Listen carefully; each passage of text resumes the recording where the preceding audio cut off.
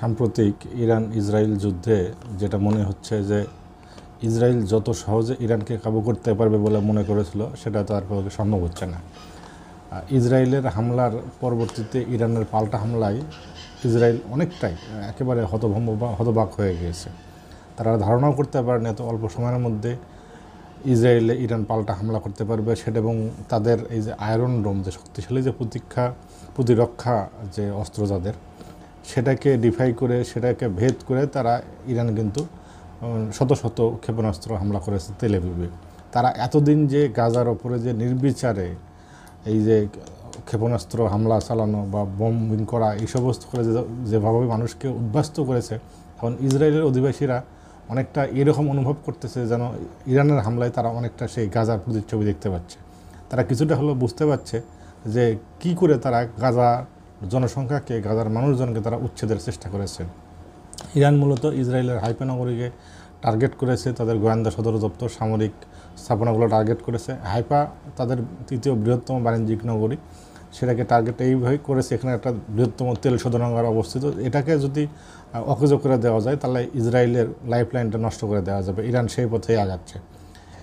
যতদূর সম্ভব মনে করা হয়েছিল ইরান হয়তোবা সামান্য কিছু প্রতিক্রিয়া দেখে শান্ত থাকবে, কিন্তু আসলে মধ্যপ্রাচ্যের পরিস্থিতি কিন্তু অতটা শান্ত না।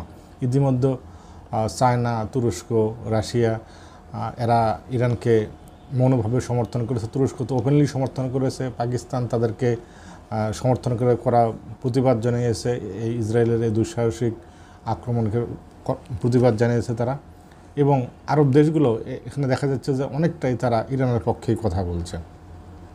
তো ইসরায়েল যত সহজে মনে করেছিল যে এই যুদ্ধে তারা জিতে যাবে, বিষয়টা অত সহজ আর থাকতেছে না।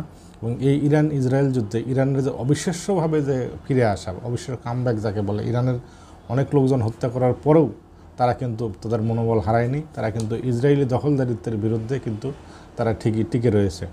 তো ডোনাল্ড ট্রাম্প যেভাবে বলেছেন যে ইরানের এখানে জেতার সম্ভাবনা নাই, তাদেরকে এখনই যুদ্ধবিরতিতে যাইতে হবে বা অস্ত্র সংবরণ করতে হবে, আমার মনে হয় না যে ইরান সেই কথা শুনবে। খুব সম্ভবত এখানে চায়না একটা গুরুত্বপূর্ণ প্লে করতে পারে, ভূমিকা তারা রাখতে পারে। তারা দেখা যাচ্ছে যে উভয় দেশই তাদের মিত্র দেশ। যেরকম তারা ইরান থেকে তেল কেনে, ওই রকম ইসরায়েল থেকেও তারা প্রযুক্তিগত দিকে সহযোগিতা নেয়।